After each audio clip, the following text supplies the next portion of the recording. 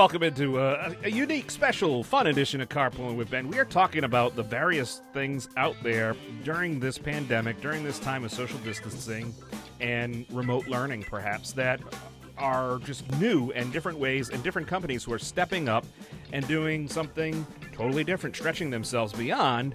And one of those companies, great friends of mine over there at NBC 10 WJAR, joining me.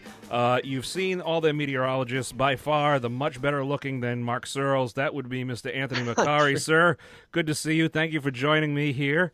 Good to see you, Ben. Thanks for having me. It's so great to see you guys all work together. You really are a team. There's a strong definition of that. And you are local. You're originally from Johnston, correct? Absolutely. Yep. Right up the street from here. So where did you go? So happy to be back home. Where did you go to school, college? Like, how did you get into meteorology? Because you started here and you went other places. That's right. So the funny thing is, when you go to school for meteorology, I went to Lyndon State College, which is now Northern Vermont University. It doesn't even exist anymore. Oh, wow. That's a little sad thing. But a lot of us all have the same story. We all just were interested in weather as a kid, and somehow nothing changed our mind. So I went to college to become a meteorologist up in Vermont. That's where it is. I was there for 4 years. Wow. All right. Yeah.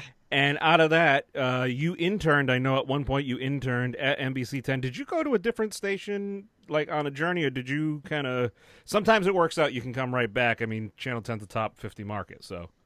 Yeah, no, I wasn't able to come right back, but I had some experience. Like you said, I interned. I actually interned with Chelsea Priest. Oh, okay. She was amazing influence. I had that 2 summers back to back while I was still in college. It just gives you a really good idea of what's to come, and it made me more interested in it. So after I graduated, right away I went up to Presque Isle, Maine. Have you ever heard of that?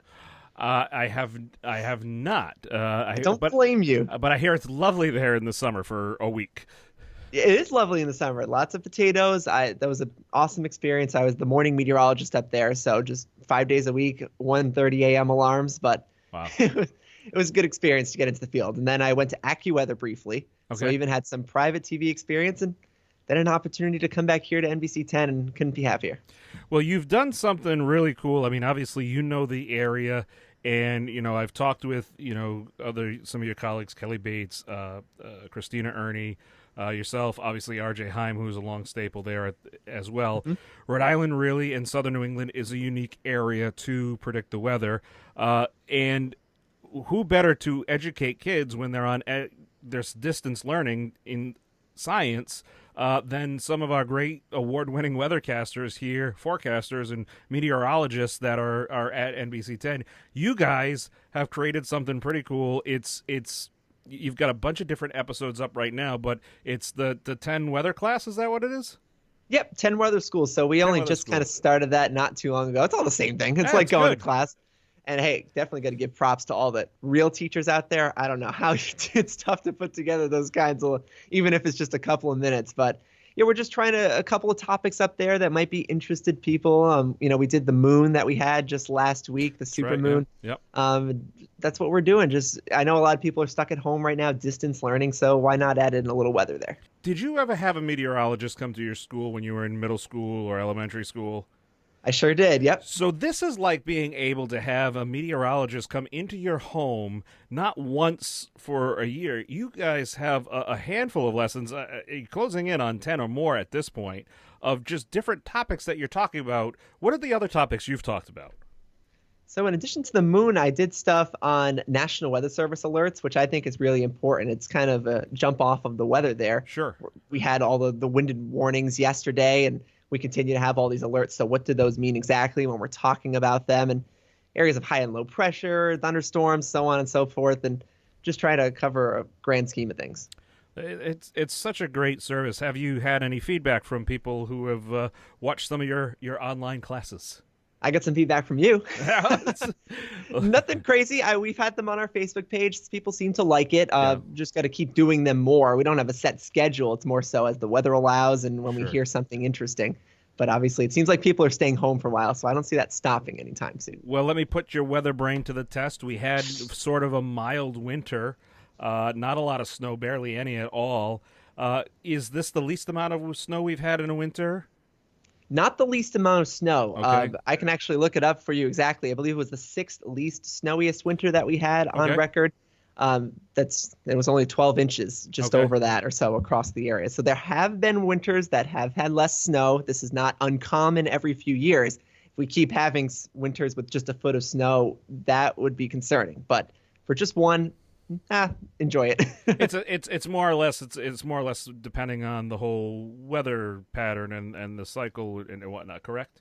Yeah, we look at trends even out in the Pacific Ocean, the El Nino Southern Oscillation, for example. How warm the temperatures are on the ocean over there actually can dictate some weather patterns even here in the Northeast. And it was something that was preventing the storms from coming together. In fact, the pattern we're in right now, where we keep getting these stronger storms and rain and wind, if this happened a couple months ago, it'd be a totally different story in terms of how much snow we were getting. We wouldn't have to worry about social distancing or quarantining at home. Everybody would be stuck there just because the plows and shoveling. They'd be sick of it. Right. Tale of two evils. I feel like I did my part in helping this be a less snowy winter. A buddy of mine upgraded his snowblower, so I, through a very affordable price, acquired his. And I said, that's it. I'm not going to, and I have not, but I started it up twice just to make sure it was still ready to go, just to kind of chase it away. It always seems to be the way. You make a nice investment for winter, plow trucks, snow plows, and then no snow comes. You don't need it. That's okay. That's fine. I'll deal with that. Right. Something that's cool, Channel 10 in this area, WJAR, obviously it's a legacy station, and you guys are the oldest station in this area. One of the days I was visiting there for Studio 10, you actually showed me like a handwritten log that is like, you want to see it? That's old school. I can turn the webcam a bit right over there. All the ones that you see, all those binders. Wow.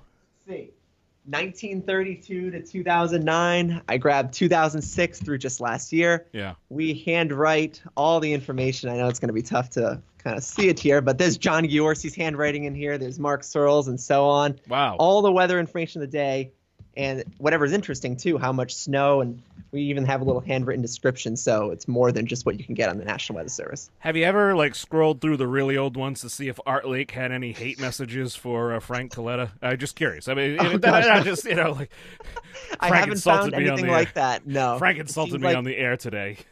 I mean, that's cool. What does that mean to you? I mean, you're really into this, and in a cool way. This is the science. This is the career path you chose. This is really this is like your kind of history. This is your thing. Yeah, I think it's incredible to just be able to go back and get a glimpse of what was happening on any day back to the 30s. Really, there's not much like that I know of. Obviously, there's tons of information online. Don't get me wrong, but just to be able to see handwritten what was going on that day, what was going through the forecaster's head when they wrote all this down, it's pretty cool stuff.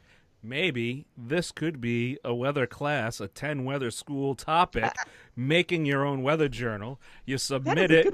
You submit your journal in at the end of, let's say, April, and perhaps they win a nice prize. Maybe you could get a few hairs of Gene Valicenti's old mustache to give him. I don't know. It's just something, Good ideas. It's almost like you're in social media coming up with this stuff. I mean, it's what we do here. I'm just begging for the paw socks to hurry up and get open so I can go and do all these promotional reads, which I'm missing out on. Anthony, your family in this area, what does it mean to them to have you on TV in this area, or being so vital and such a part of really the fabric and the history of this community?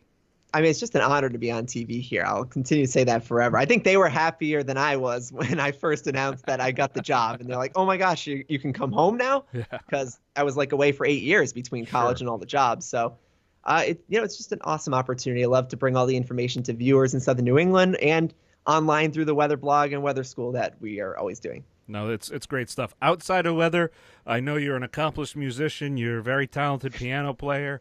I've offered to bring in the accordion. That's when you told me, Ben, I'll go to Cranston PD and get that restraining order. No, but you do play piano. You do play piano very well. Is it just piano, or do you dabble in other?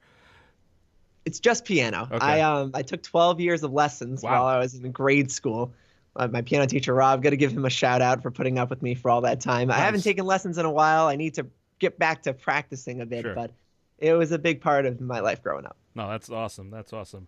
Ladies and gentlemen, go online, find the links on social media, on the NBC 10 website, turnto10.com, or anywhere, and follow the blog for Anthony or any of the various meteorologists there.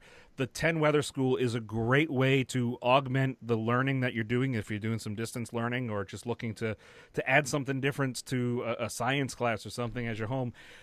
And a huge shout out to you. I know it's something you and everybody has taken really an initiative with, because everybody's trying to stretch themselves. Everybody's trying to do something a little different to help ease the load as we go through this, something we've never been through.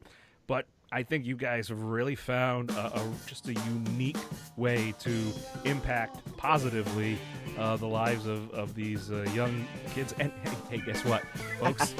They won't tell you. Nobody's going to rat you out if you're an adult or a senior citizen and you watch the 10 Weather School. It's not graded. It's right. It's open for you. It's not pass-fail. You just go there and learn. It's a great time. Folks, go follow him online. He is Anthony Macari, meteorologist extraordinaire. I'm having that added to your all right, I'll add that to my title. I consider it done. Mr. Isaacs will be on that, sir. Thank you so much for joining us, sir. Thanks for having me, Ben. I appreciate it.